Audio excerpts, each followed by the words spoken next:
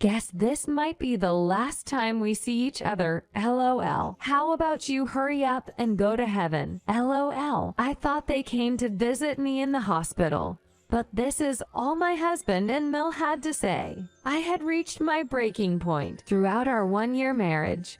Both of them had belittled and tormented me. I couldn't let this go without some form of revenge. I decided to enlist the help of my sister-in-law, who had lent me an ear countless times, to bring them down. My name is Katie, and I'm 30 years old. I live with my 32-year-old husband, John, and my Mill in her home. John has a sister, Emily, 2 years older than him, but she lives separately. Although the spacious home could easily accommodate Emily, she never comes near the place. Before getting married, I didn't understand why, but it became clear as soon as we moved in. John told me before we married, "I want you to be a stay-at-home wife. I earn enough for us not to worry about money." Sounds good, right? Being too infatuated, I quickly agreed. I thought being a housewife was like winning the lottery in life, but that naive thought was shattered almost immediately. What awaited me was a living hell. It's no wonder the man I thought was so cool turned out to be a mama's boy. And my Mill is an extreme helicopter parent. They treated me like a housemaid. I thought you'd bring home a more beautiful and intelligent woman. This is quite disappointing, my Mill said right after we moved in. John responded,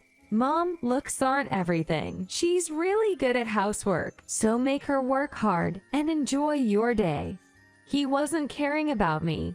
He was considering his mother's comfort. Is this really love? Am I just a housemaid to them? I thought shortly after we got married. I soon found out why Emily had distanced herself from this home. At our marriage introduction, Emily told me, "If you run into any issues, feel free to contact me anytime." I reached out to Emily just a week into our marriage. "Hey Emily, are you free now?" "Yes, what's up?" Emily asked gently as I called her with disappointed voice. "Is it normal for John and Mill to be so close?" So you've seen it." "Yeah, they've always been like that. Creepy close, right?" I vented out my feelings. "It's unbearable. They're always together in the house, as if they were more than just mother and son. Like they're a couple or something. Is there anything else? Do you think John really loves me, or does he just see me as a convenient housekeeper?" After some thought, Emily said, "At first, I thought John married you because he loved you, but now it sounds different. It seems like Mom is still his number one." That made me down. I had promised my parents that I'd be happy. How can I tell them now that I want to separate? Right now, all you can do is wait for John to change his mind. He might see your hard work and dedication and feel differently. Is that even possible? I can't guarantee it, but there's a chance. He was deeply in love with someone before, you know. Maybe he could again. Should I still give it a shot? Yes. If it doesn't work out, I'll help you get your revenge. Can I vent to you again? Of course. In the end, just as Emily had advised, all I could do was try to win back my husband from my Mill. But it didn't work out as I had hoped. Both John and my Mill continued to look down on me as a woman who was good for housework only. My mother-in-law would often say things like, "Oh, John mentioned you're good at housework, but it doesn't look like the cleaning is up to par. Please redo everything from scratch, or you're planning to serve that dish for dinner. Are you insane? Eggplants are his least favorite vegetable. Throw it away and make something else." Seriously, as a wife, you should know your husband's preferences inside out. She would also complain about wrinkles left in Alex's dress shirts, saying, "Are you trying to embarrass him? I'll report this to him." She was frequently nagging me and asking me to redo housework, and without fail, she would report everything to my husband and make disturbing comments like, "This wife is a failure," or "I had to do a lot for John today. Praise me." My husband, speaking in an annoying voice to my mother-in-law, said, "Mom, sorry. Seems like I'm putting some burden on you. Hey, Catherine, what are you doing for Mom? I've let you be a stay-at-home wife, because you can at least manage the household chores. You better work hard for Mom and me. And he never forgets to scold me afterwards. Gradually, I felt myself becoming mentally cornered whenever I felt stressed. I confided in my sister-in-law, Susan. After enduring such a life for about a year, I started to worry that I might break down. So, I began secretly working from home, since my husband and I have separate bedrooms. I cut down on my sleep to work on my computer. I was just getting the hang of my job and had started to save a bit, even though it wasn't much, but I pushed myself too hard, working late at night, and ended up getting sick and hospitalized. When the doctor announced that he would explain my condition to the family, neither my husband nor my mill showed up. Only Susan came to see me. I was scheduled to stay in the hospital for a week, but I saw this as an opportunity. I thought this is a good opportunity to get distance from my husband and Mill. I lied and told them I'd be hospitalized for a month, caring about appearances. My husband and Mill finally visited me 3 days later. Upon hearing my explanation, my husband said, "Well, Katie, this might be the last time we see each other, LOL. This is actually what I've been wishing for." And my Mill added, "Why don't you just go to heaven already?" LOL. Realizing that I could never be important to these two, my sadness turned into rage. I swore to myself that I'd get my revenge on them. Pretending to be meek, I continued lying to them. "You know, since I'll be in the hospital for a long time, the medical bills will add up.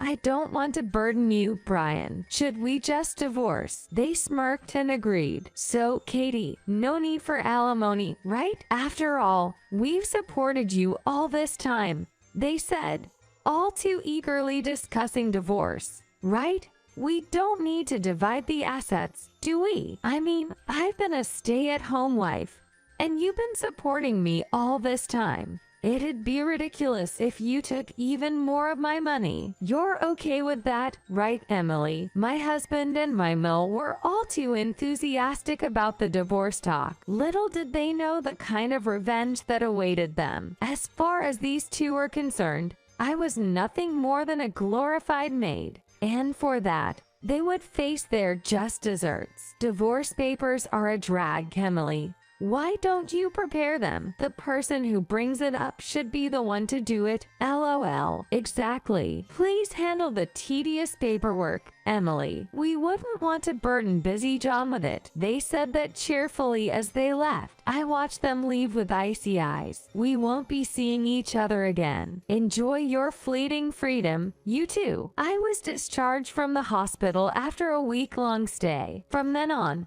I would be staying at my sister-in-law, Emily's, place. Emily was also on board with my revenge plan. "I'm so sorry for what my mom and John have done. Consider it a token of my apologies.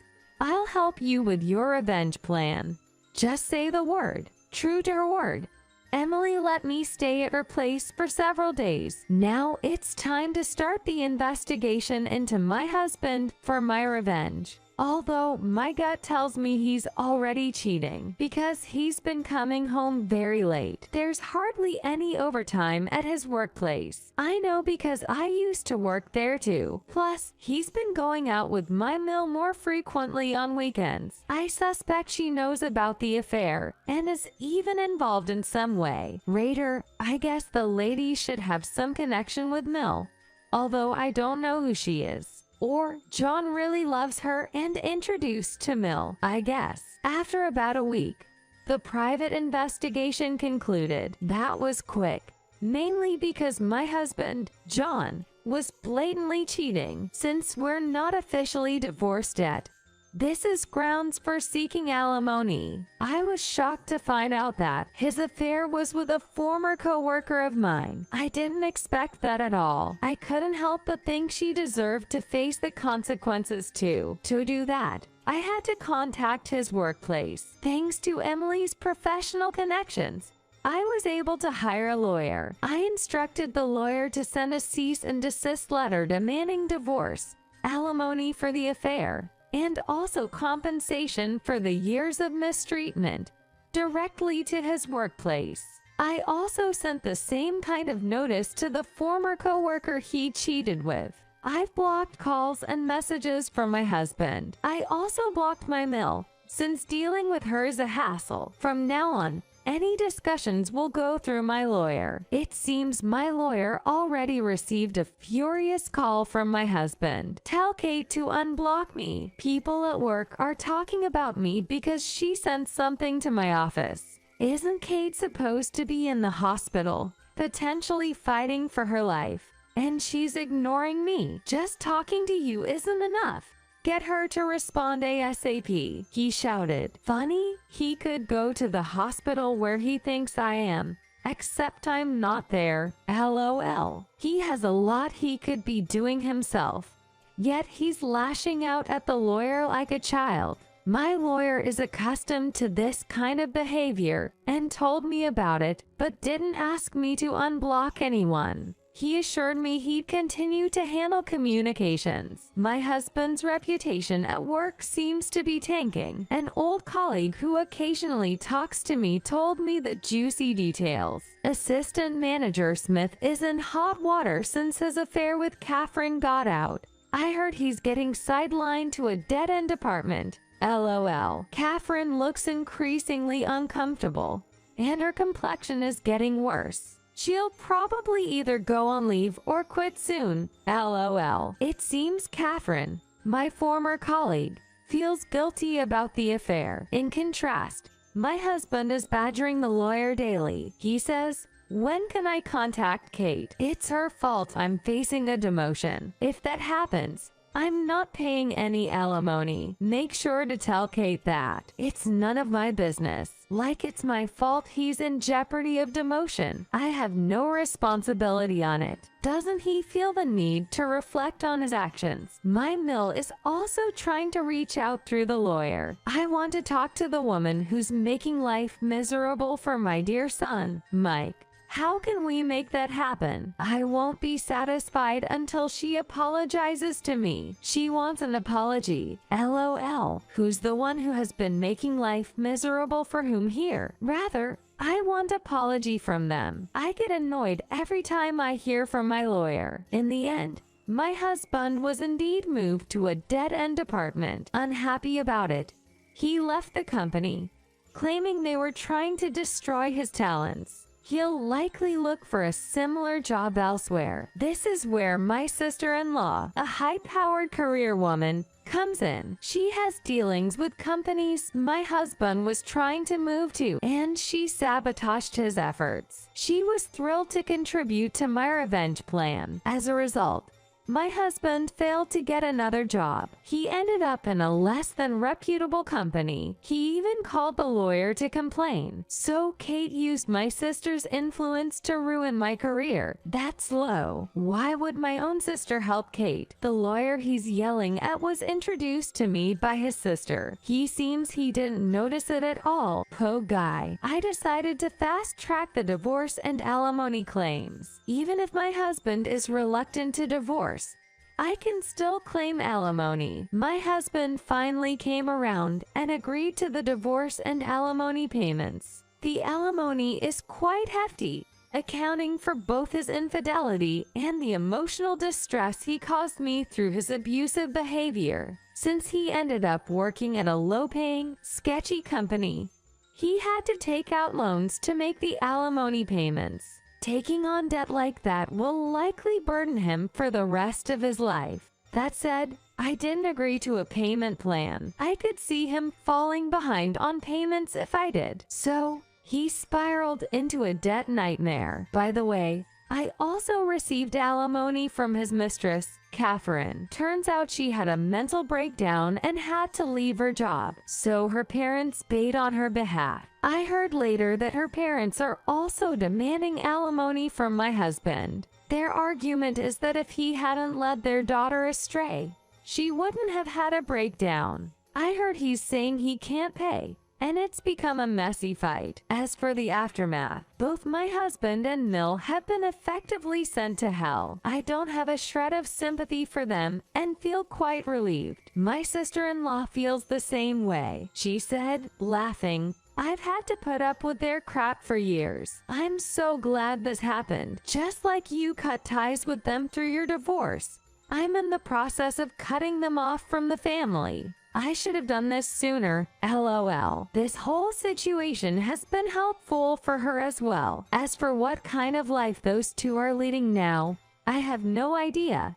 But I hope they regret causing so much unhappiness to others. I've quit my work from home job and found full-time employment through my sister-in-law's recommendation. It's a reputable company, and I'm looking forward to a fulfilling work-life balance. I hope my sister-in-law and I will continue to have a good relationship. After all, we're comrades who fought the same battle."